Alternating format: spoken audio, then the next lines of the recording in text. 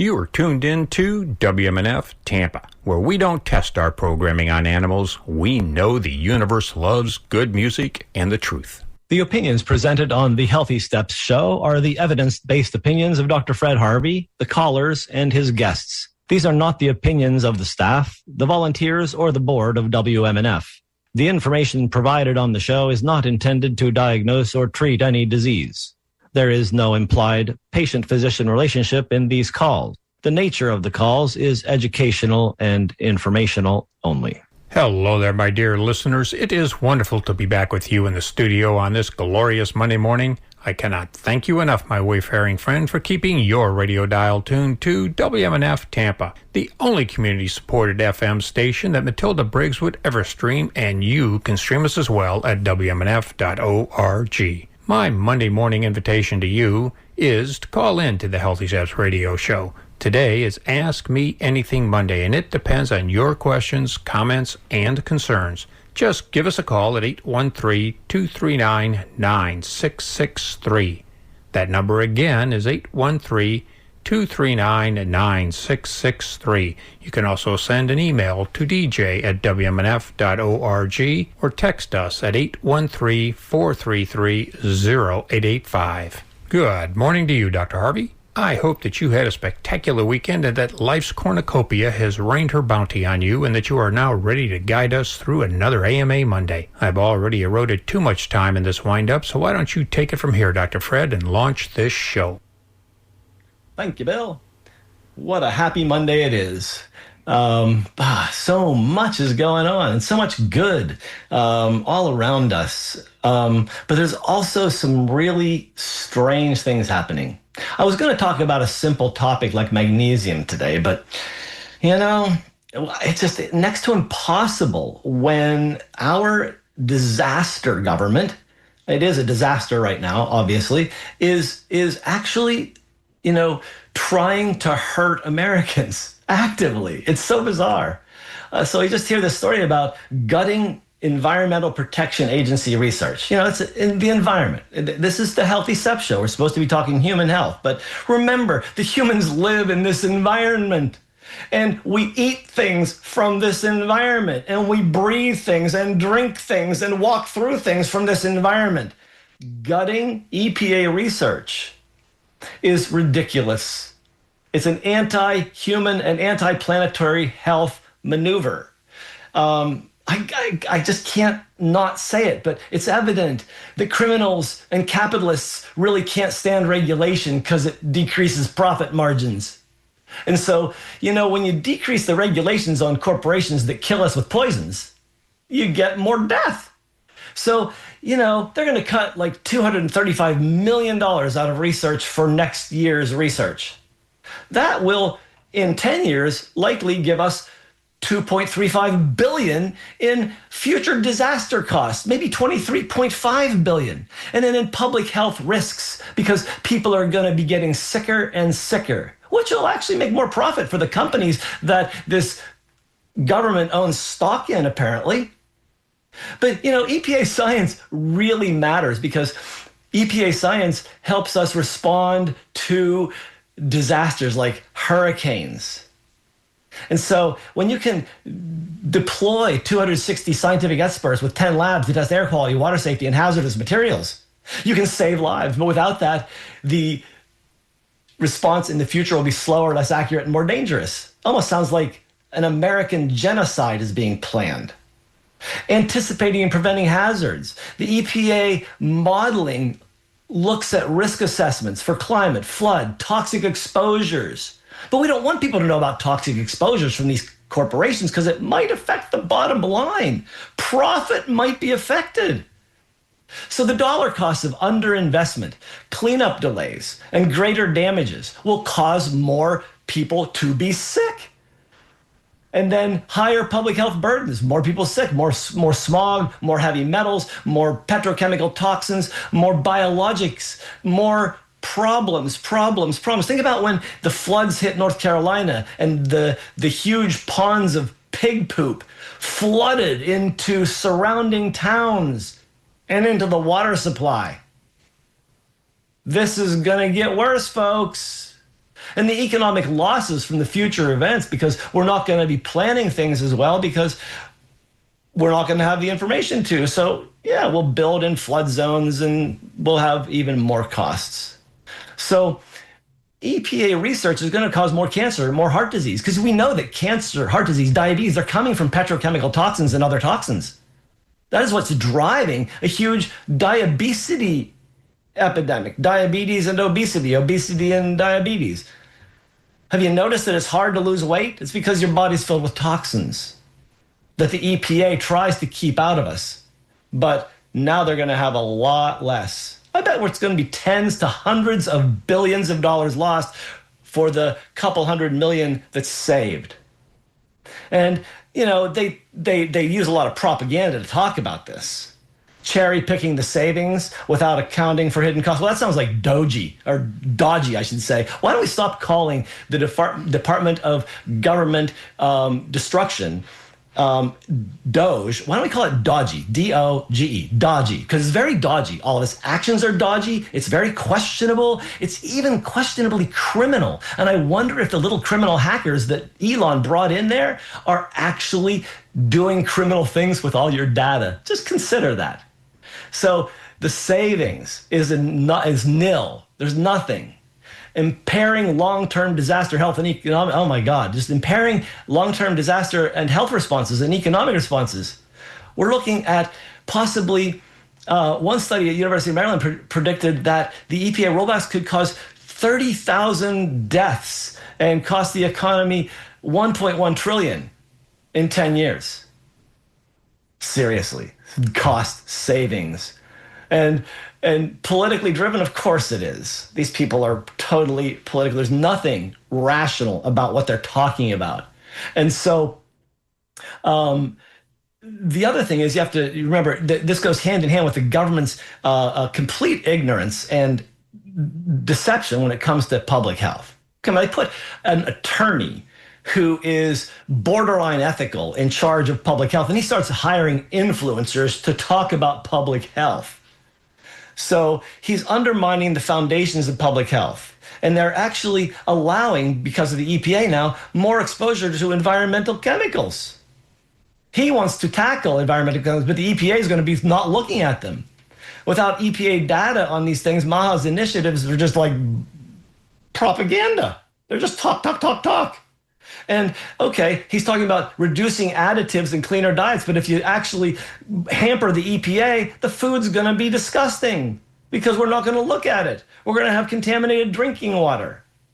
And it doesn't matter if they take the colors or flavors out of the food if you're going to give the kids polluted air and drinking water.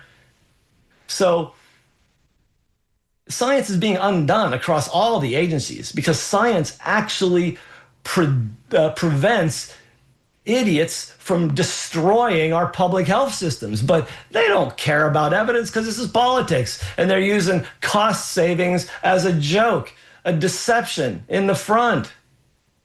Food dyes, chemicals, and chronic disease, yes, they're out there, but you know, some of the stuff that's true about those is that they're minor effects that happen over long periods of time. We don't need them, we don't want them, but let's actually do something real, like allowing children to get the vaccines that work instead of lying about the scientific evidence. Children's Health Defense is a joke. They're making things up there.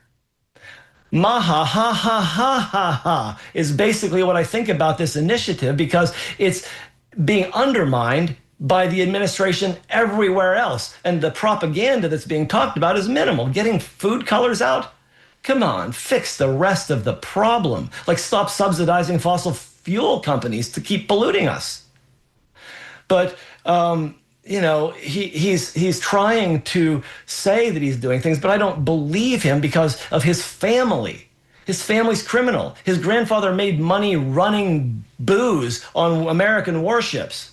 And so this whole family's intent is really a little sketch. So the ethically fraught line that the entire administration walks, I think, has been walked over. I think it's dangerous to consider that anything that this administration is doing health-wise has any benefit for anybody except for somebody who's going to make a profit off of it. Watch it. Follow the money. And if you want to, let's talk about this issue today, because this is a really important issue, because our government is actively undermining public health. How's that? Our government is trying to create a public health crisis 10 years from now so that somebody else can clean it up after they've made a profit and walked away. Ugh. This is WMNF, the Healthy Steps Show, Tampa. It is, and I'll give you a chance to catch your breath there, Doctor. And I do have both Tom and Jerry in the queue.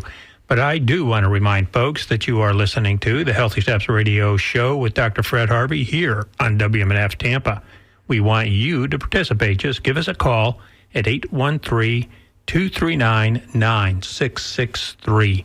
Again, the number to call is 813-239-9663, or continue to send your emails to dj@wmnf.org. Let's go to Tom. Good morning, Tom. Good morning. Hi, Tom. Hey, I propose a new political party called The Rest of Us. I like that. You can have your Democrats and you can have your Republicans, and then there's the rest of us. So exactly. Anyway, I wanted to talk about oxalate and purine, because I recently had a scare. I was luckily able to rule out kidney stone, but being a male, and correct me if I'm wrong, I had a female cat that had urinary stones, and they were able to pass them at the vet because she was a female. They just went right out because the plumbing is more straightforward. Is that true for humans? No, the stones actually form in the kidney, and they come down the ureter, and the female and the male ureter in the human is the same length. But down at the other end, yes, it's more frequent for women to get infections because the tube is longer at that, or shorter at that end, and men have less of that because the tube is longer. Well, regardless, nobody wants any stones passing. That's true. I've heard horror stories, and as I said, I recently had some discomfort in the area, and I was starting. So I researched oxalates and purines, because the most common causes of stones are those things. And from what I found is, by the way, beetroot powder, which I've been using for my leg cramps, is very high in oxalate. That's true. And I was finding that if you're gonna, and luckily when I do my beetroot, I actually, in my oat bran breakfast, I put in a good close to an ounce of weight ounce of magnesium citrate. And citrate and magnesium are both binders of oxalate. Yes. So. Well, actually, the citrate is not a binder of oxalate. Citrate is a binder of calcium. So you actually bind up the calcium that might make a calcium oxalate stone. Well, from my research, calcium binds with oxalates in the gut, and if it doesn't, it also binds with it. It also binds with it in your kidney. Right, and if it binds with it in the gut, it becomes benign. But if it gets pooped out in the bladder, it becomes a stone.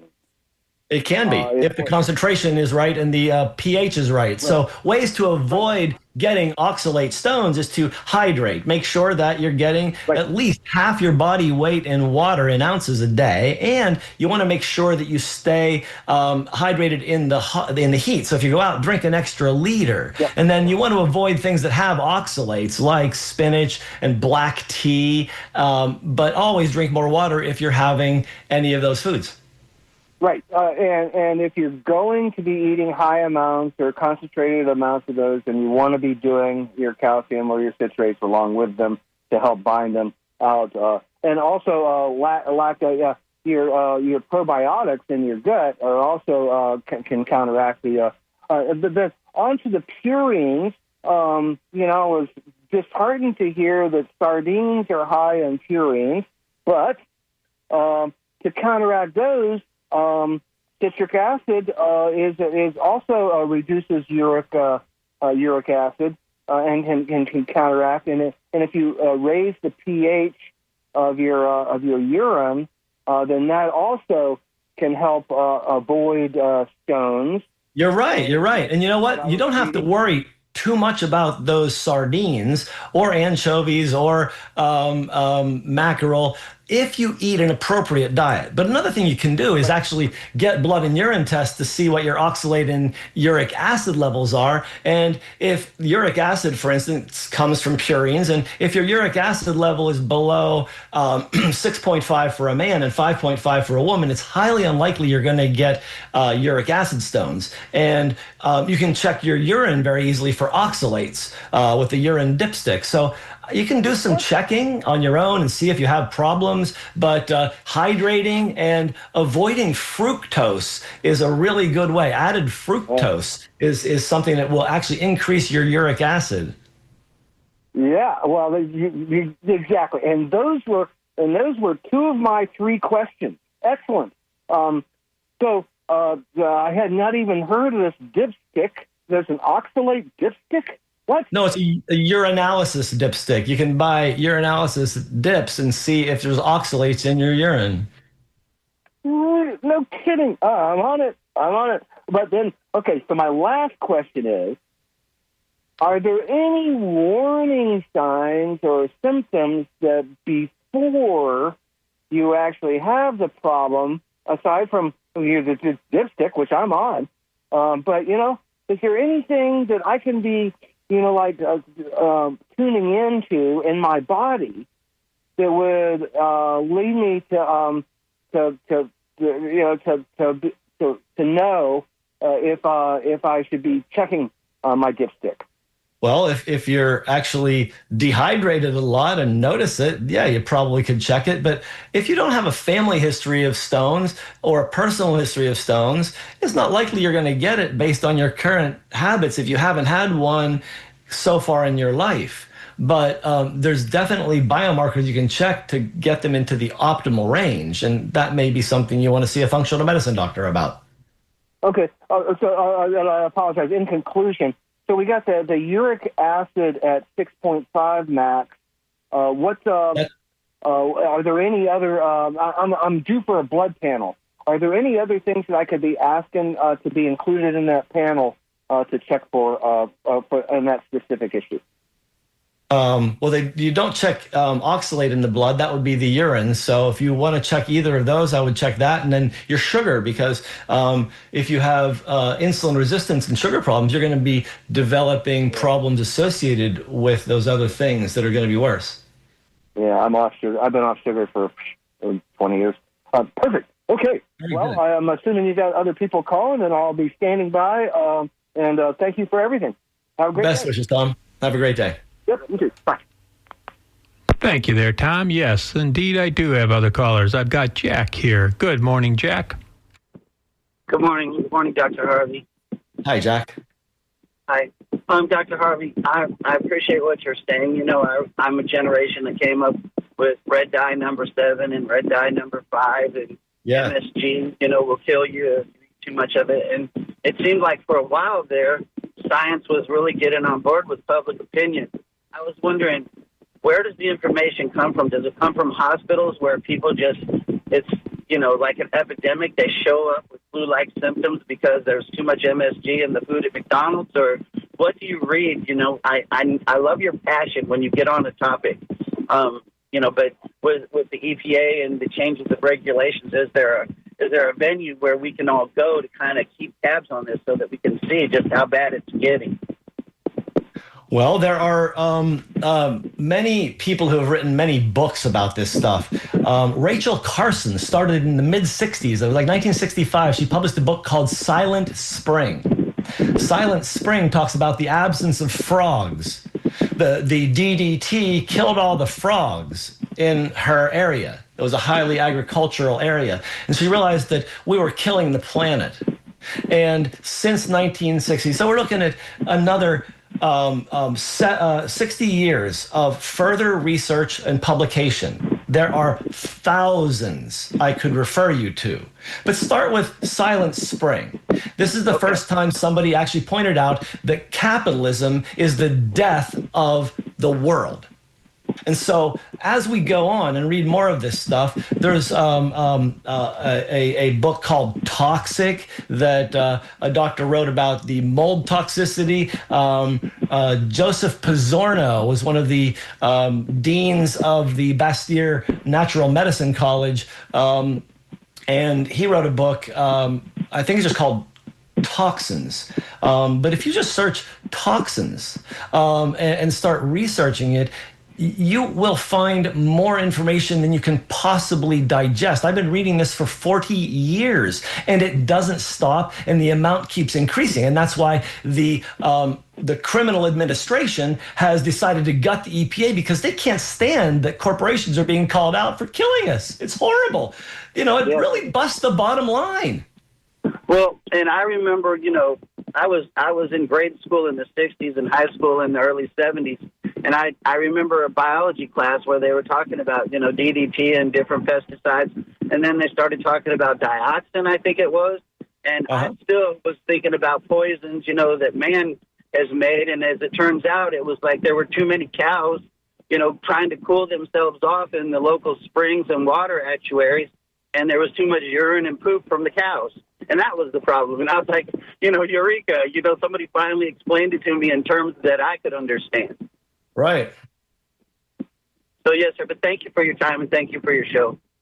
You're very welcome. Glad to help, and vote right. Right. I'm not saying vote for anybody. I can't make a call to action like that. Just do your job, your civic duty, and vote. You do that. I love to vote. Bye, Dr. Harvey. Have a great day. You too, sir. All right, and thank you there, Jack. And now the boards are gone dark, and I hate dark. I'm inviting people to participate in the Healthy Steps radio show with Dr. Fred Harvey here on WMNF Tampa. Just give us a call at 813-239-9663 and continue to send your emails to dj@wmnf.org. So for those of you that missed that number to call, let me give it again, 813-239-9663. And back to you there, Doctor. Yes. It's really sometimes scary to actually get into a conversation about this when we have such an overbearing political situation. And I understand that. I had to bring it up, though, because it hurts my heart that I'm watching what was once the world's probably most aggressive research institution for toxins and toxicity is being impaired by criminals. And it's frustrating. It's a little frightening to consider that my neighbors actually asked for this. That my neighbors voted to bring in this horrid criminal to torture us and the rest of the planet. And the actions that are coming out of Washington today are unlike anything I've ever thought I would witness from our nation. And just like watching the purposeful fear production and hampering of our ability to, police up public health, toxins, etc. It's so bizarre. And I just, I wonder when it's going to snap, because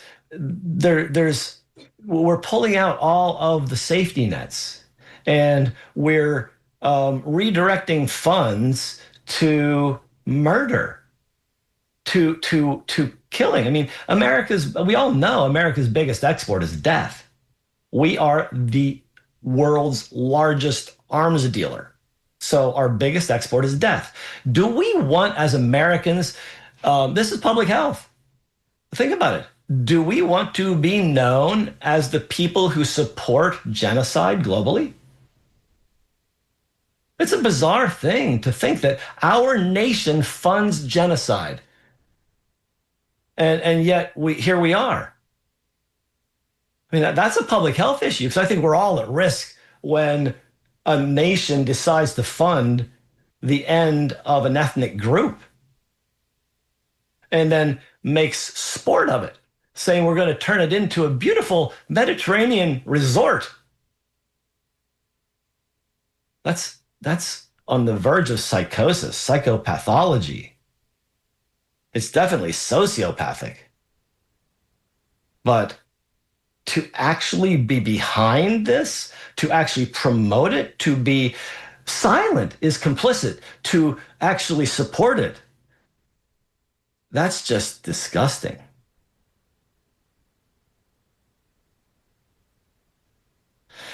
So I do have a couple of emails here. Is there anything new about treating long COVID and the inflammation that it causes? Well, actually, there isn't a lot of new information, but it seems like a lot of people aren't aware of the information because there's testing. The COVID long haulers test, you can look it up online. It's from Radiant Diagnostics. COVID long haulers test actually looks for the cytokine storm, looks for the markers that tells us if you have long COVID or not. And it uses machine learning, artificial intelligence to look at the numbers there and compare them with a large group of people that have been tested and proven to actually have different problems, and it can tell you whether it's likely that you have long COVID or post-COVID vaccine syndrome or post-Lyme inflammation syndrome or chronic fatigue syndrome or even exposure to mold. So there's these really interesting patterns that show up that we can use this information. Machine learning, AI, is going to give us some great insights into the way human health works. And I've been using the COVID long hauler test since it was available. I think it's about 2 years now. Not a lot of people actually need it because there are some basic things that we can do to help. But if you've done those basic things, like looking at the FLCCC website, I think it's the First Line Therapeutics website, looking for the COVID long haul protocol. I think it's called Recover. They have a stepwise list of things that is very extensive, including medication, supplementation, lifestyle things. One thing that is recommended that many people would get into is time-restricted eating or intermittent fasting. An intermittent fast is where you finish your dinner meal on day one, and then you don't eat dinner until and don't eat again until dinner on day two. So you have a 24-hour fast. That would be intermittent fasting. And you could do longer than that if you like. Time-restricted eating means that you eat for only a certain time during the day. So you restrict your eating to 8 hours of the day, and you don't eat for 14 hours of the day. Yes, 16 hours a day. So you get 8 and 16, and you so 1/3 is eating, 2/3 is not. So you fast for 16 hours every day. That time-restricted eating does cause some things that help clean up your cells. It's called autophagy, or autophagy. What happens is your cells, the white blood cells, begin eating up damaged and diseased cells to clean up the system. It'll recirculate or recycle some of your mitochondria so you have better energy. And so you can actually begin rejuvenation just by doing intermittent fasting or time-restricted eating. But there are so many other things available to intervene with, including medication if you do have full-blown COVID long haulers. And though our medical systems have unethically given you deceptive information about ivermectin, what the clinical research did show was a 70% reduction in mortality with a 91% confidence. Again, they told us it doesn't work because they require 95% confidence. I would accept A- evidence, and so I didn't die. I don't know why they didn't want us to know that. But in any event, reduction in mortality was the key. That was the only thing that the shots could do too. So if ivermectin was giving you a 70% reduction in mortality, I don't know why they didn't use it. But that's out there still. And it can actually help with the COVID long haul syndrome. So there's a lot to do but I think it would help if you go and read about it and apply some of that, and then contact a functional medicine doctor who does this work if you're having trouble, if you're stuck, if intermittent fasting didn't work, that kind of thing. I think we have a caller. Indeed, we do. Let's go to Todd. Hang on a second there. Good morning, Todd. Good morning, Doctor. Hi there. First of all, I just want to thank you for your service. There's so much good information, and I'm just so glad there's a program like yours that exists. I'm so glad to help. I grew up here in Florida. Recently moved back here a few years ago, but I spent most of my life in Hawaii, where I had a macrobiotic restaurant for 10 years. Nice. And helping, reversing people's type 2 diabetes, heart disease, cancers, all just using food as medicine. Yes. So I can't. Well, I was sitting here on hold, and my call was when you focused on. I hadn't heard you talk about autophagy, and I was wanting to talk to you about that because I'm really really fascinated with it. And I think it was in 2016 Japanese physiological scientist won the Nobel Prize for. Yes, reintroducing something that's as old as man, because it's designed in us to fast that long. Hunter-gatherers, going long periods, maybe possibly without food. Yes. And obviously, there's a reason why it's a part of every major religion.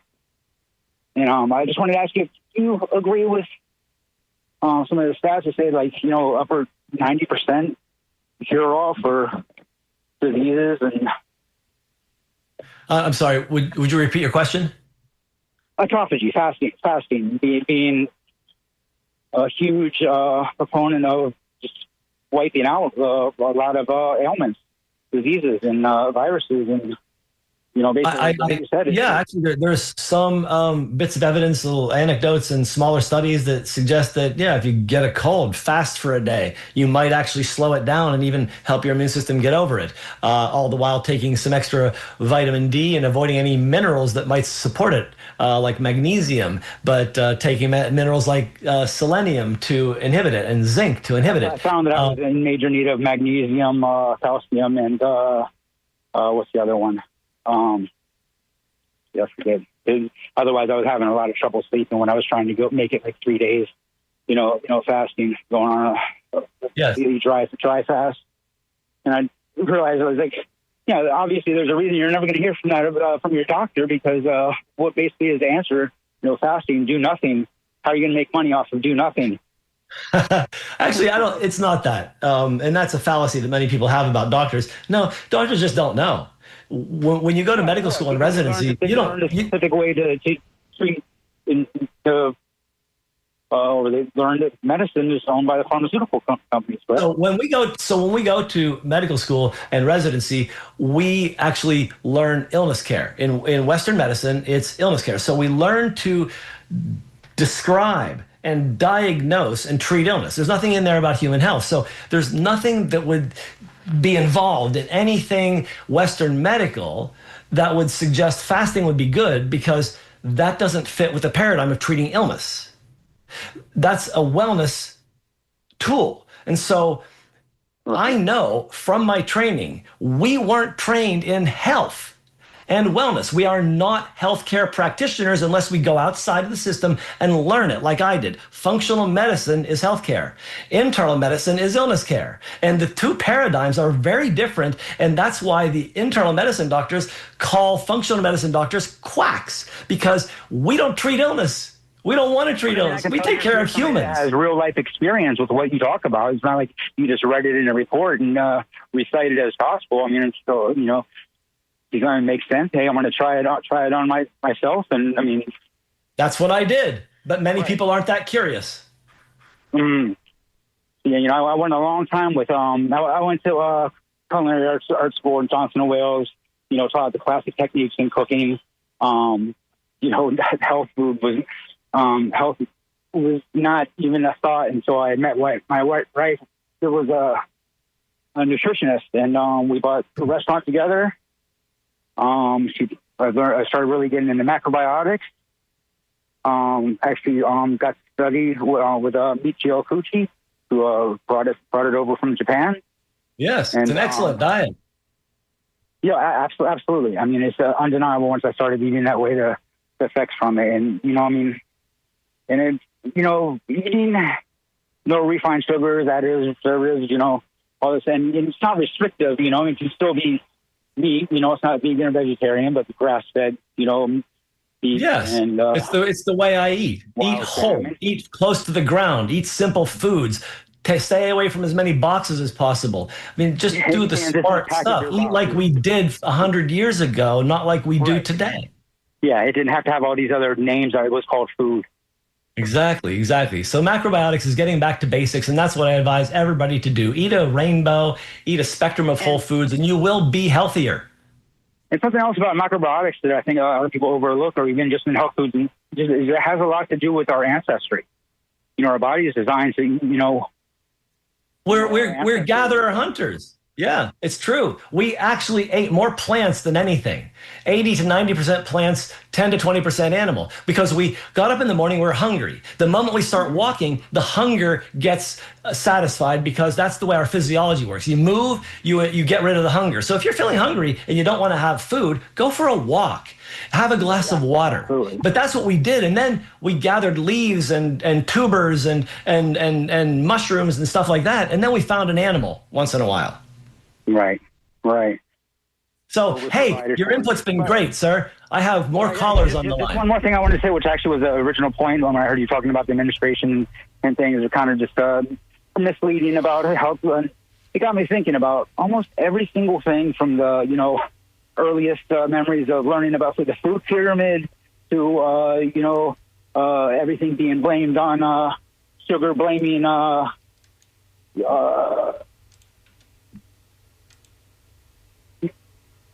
I'm sorry, I was broken up a little bit. But I was struggling to think of one thing. No other angles about it or anything, but something that actually was true and didn't figure out 10 years later, whatever time later, it was completely wrong, that the government has told us about diet and health.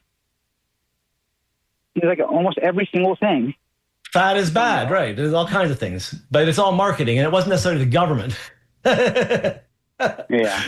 No, corporations tend to influence the government. We know that. Who's out there and saying thing Todd, I've got to move on to my next caller. Thank you. Thanks for your time, Doctor. Thank you.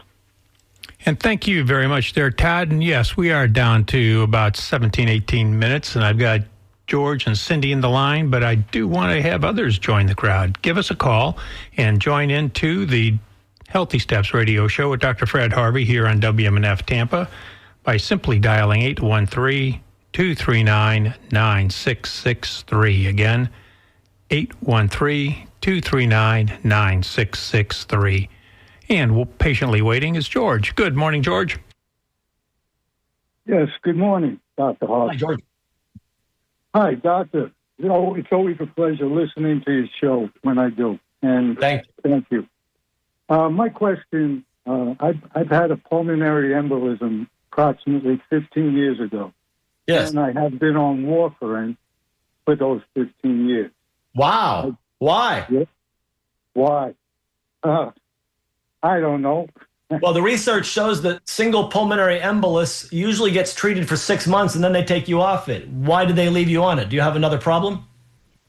Approximately a year and a half after I started that regimen of warfarin, a year and a half to 2 years, I did have another blood clot. Oh. In my leg. And I went off of the warfarin at that time. And I was a little bit lax on taking the baby aspirin. Yes. But I've been on a regimen of cod liver oil for the last 6 months. Good. And, I'm kind of just wondering, could I ever get off of this warfarin? Yes, I think that's possible, but you need a workup of vascular inflammation.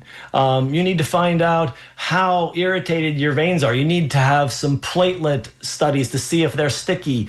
There's a lot of stuff you need to do to find out why you're having recurrent blood clots before you'd ever get off of an anti-clot medicine. Mm-hmm. Yes. Okay. There are natural things you can do, lifestyle things you can do, and supplementation that could actually alter the thickness of your blood so that you don't need to take them, but you need to work with somebody to do that. Yeah, my wife is here. She takes omega-3s. Okay. But again, I'm on cod liver oil. Yeah, good. And, that's an omega-3. Yeah. Well, I'm going to look into this. It's kind of, I would sure like, I've changed my habits over the years. Yeah. I used to live up north. Now I'm here in Florida for 8 years. And I don't know. I feel really good. I hope it's You exercise every day? Pretty much. Yeah. Good. So if you want to try and get off of it, I would try and find a doctor who would look at that stuff for you. IFM.org, Institute for Functional Medicine.org, has a physician search. So in your area, you can find somebody to take care of you. All right. I'm going to investigate. Dr. Harvey, I thank you very, very much. You're very welcome. I hope you get some relief with that. Could you just give me the website you just said? IFM.org. Okay. Thank you. Yeah. Thank you, Dr. Harvey. Keep on very welcome. Thank you. Bye-bye. Bye-bye. Appreciate you calling on in there, George. And I do have Cindy from Dunedin on the line. Good morning, Cindy. Good morning. I assume y'all are doing real good. We are. How about you? Oh, I'm doing pretty good, too. Glad to hear it. I got a question for you. You were talking about the intermittent fasting or the fasting for a day. I had seizures, so I'm on 2 seizure meds, which I'm supposed to take in the morning and at night. What do you think about that? I think that you have seizures and you're on medication to keep you from having seizures. Correct. And what do you want to know about that? Well, should I be on the diet or not? Well, I think everybody should be on a diet. The diet I recommend for 99.9% of humans really is a Mediterranean diet modified to your lifestyle and food preferences. And when I say that, I mean a diet that is 80 to 90% plant material and 10 to 20% animal material. Lots of plants, little animal, and lots of variety. Eat a rainbow. Try to get 35 different plants into your diet every week and you'll have the happiest microbiome on the planet. Now, I've also heard that O people that have a blood type O need more protein than the other ones. Is that true? No, we're all human and we all use the same amount of stuff, but the type O is the earliest blood type. It has the least amount of recognition for foreign things. Therefore, it reacts a lot. And so type O tends to be reactive to grains and beans because our bodies didn't see them until much later than other people. So we are the people, I'm type O, we are the people that have gluten sensitivity even if we don't have celiac disease. We have soy sensitivity even if we don't have allergy to it. Our bodies don't do as well with it. Now, I eat beans almost every day, and they haven't ever affected me that I've noticed. Okay. So right. Everyone is different. Yeah. Well, I thank you very much. Excellent. Thank you. Have a great day. Okay, bye. All right. Thank you there, Cindy. And this is the saddest part of the show. We're down to about 10 more minutes, but we've got no callers. So I put the challenge out there to you, my friend. Give us a call and join the Healthy Steps radio show with Dr. Fred Harvey here on WMNF Tampa. It's as simple as dialing 813-239-9663 and unburden yourself of your medical questions or concerns. Again, that number is 813-239-9663. And we have been getting a plethora of emails, so you can continue to send your emails to dj@wmnf.org. All right, back to you there, Doctor. Thank you. Here's an email. Person says, I'm 45 years old, and since I was 23, I've had 13 kidney stones. Last one was 2.1 by 2.4 centimeters. That's about an inch by an inch. Just found out last year they are calcium, but we don't know what kind of calcium stones, oxalate, urate, hydroxyapatite, and it is kidney actually excreting too much calcium, apparently. The next statement bothers me, and I think it needs a bit of time for reframing. This person says, my kidneys hate me. And so I think this is a time for reframing our relationship with our bodies. Breath work can help. Meditation can help. It's time to go into meditation and thank the kidneys for processing all the pollution that you throw at them. Thank the kidneys for helping stabilize your blood pressure. And thank the kidneys for getting rid of the excess calcium that you've been eating. It's time to actually find a doctor that understands the calcium metabolism and maybe puts you on a medication like a hydrochlorothiazide that stops calcium excretion. It retains calcium. Or put you on a regimen that prevents calcium stones. But hating your body, I mean, having your kidneys hate you, that's delusional. I think you ought to really rethink that completely. Oh, wow, here's something great. I didn't mention this yet, but WMNF not only met its goal of 100,000, but way far exceeded it. I was told it was 100,000. It looks like we got 280,000. Thank you, listeners. Thank you for supporting this wonderful, wonderful radio station. That's quite a good dopamine hit for WMNF. The joy is flowing, I'm sure. Here's one. JLC says, do you know anything incredible pointing to benefit of cranberry concentrate pills with respect to liver or fatty liver? No. Cranberry has some stuff that may help prevent or move on a urinary infection, but I've never heard about it for fatty liver. Here's one. Dr. Fred, I fully agree with your stances today, except Silent Spring was more about lack of bird songs than frogs. Oh, okay. DDT did cause the bird eggs to crack, and we almost lost the eagle because of DDT. And yes, I stand corrected. It was more about the lack of the bird songs. But the frogs went away too, because I remember when I was a kid that we used to have zillions of these little frogs in the woods in the spring called peepers. They were maybe the size of my thumbnail, if that big. Just zillions of them, and it was so fun to listen to them. I haven't heard them in decades. I think we have callers.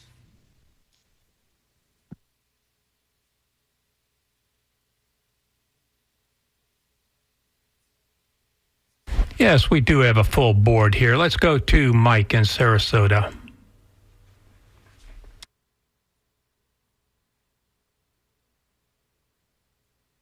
Hello, Mike.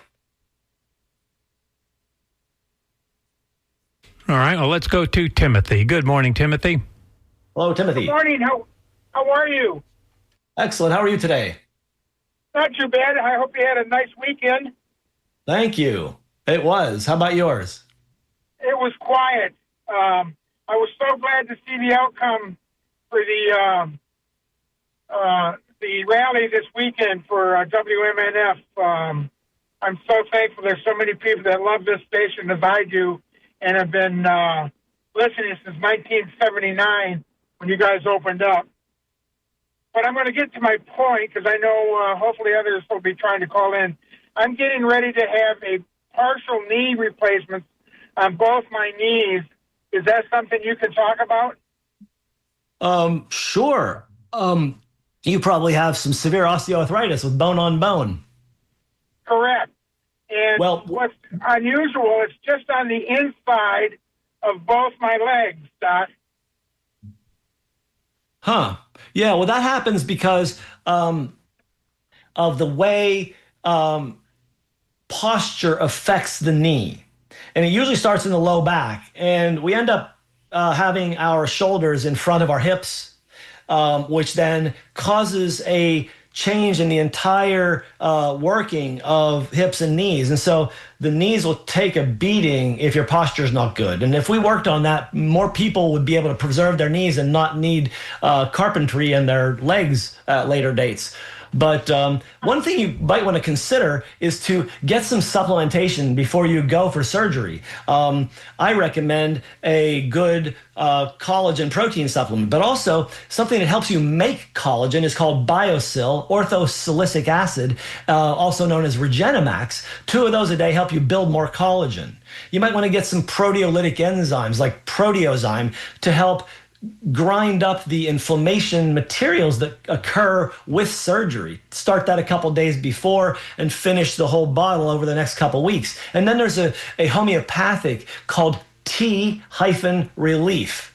T-Relief relieves trauma, and its formula has been shown to actually speed up surgical recovery. You start that the day before, and as soon as you wake up from surgery, start taking it again and finish the bottle or use it until you're healed. You might want to do some physical therapy beforehand too, or something called muscle activation technique to make sure your muscles are working well, and do it again afterwards because the surgery will probably deactivate some of your muscles. Yes, I'm going to see this. His name is Grant Garlick with the Florida Orthopedic, and he has me scheduled for 2 MRIs and also therapy before I do the surgery. That's good. I've been dealing with this for about 2 years, and you know you can only drink so much scotch. Anyway, I just want to thank you, and thank you to WMNF, and I'll leave it at that and just say one other thing. Go Blue. I love it. All right. Enjoy the day. You too. Good luck with those surgeries. Thank you. I appreciate that much. Bye for now. Welcome. Bye-bye. Okie doke, we're down to mere seconds, so let's go to Brad there. Good morning, Brad. Hey, I had a question. I've been hearing that RFK is having, like, Coke remove the high fructose corn syrup from Coca-Cola, hopefully a bunch of other products. That would be nice. My concern is baby formulas. It's the first ingredient, man. It's high fructose corn syrup. Yep. How do you eliminate that from these products and quit fattening up our kids with this poison? Well, there are some actually organic and well-designed baby formula products out there. They are difficult to access because they're so popular because of the swill that's in the other ones that the good ones sell out rapidly. I think that is a good initiative. I will believe it when it happens. Who's going to pay whom to have that happen? I'm not sure, but we got to watch the grift. Yeah, I'm just concerned. I have a granddaughter, and her mom's on WIC, and none of the ones that they cover. No, they won't. They don't cover the good stuff. And we're starting our kids off from infancy, giving them crap. Yeah, we're causing brain damage from the get-go. Yeah, I haven't found a brand, and I've been looking. Like I said, I would buy this stuff. I just can't find it. I agree. I looked at them all. And keep searching, my friend. I've got to move on now because we're at the end of the show. Have a great week, and good luck with your granddaughter. Thank you. Bye. You're welcome. So, yes, down to the end here. Somebody asked for 5 things you can do every day for physical and mental health. Walk outside in the morning. Drink half your body weight in pounds in ounces of water, clean water, filtered water every day. Eat a rainbow. Try to get 35 different vegetables in your body every week, and do the 80-20 plan and push your plate away when you're 80% full. And at the end of the day, download it. Get rid of the problems of the day, talk with your friends, and unload it so you can go to bed quietly and sleep well. Thank you, Bill, for a wonderful show, and Lauren for working the board and the phones. Have a great week, folks. See you next week. Thank you there, Doctor, for another wonderful show. And indeed, I want to thank all of our listeners and callers for participating and making this an exceptional show. And I could not have done the show without Lauren. I appreciate her very much.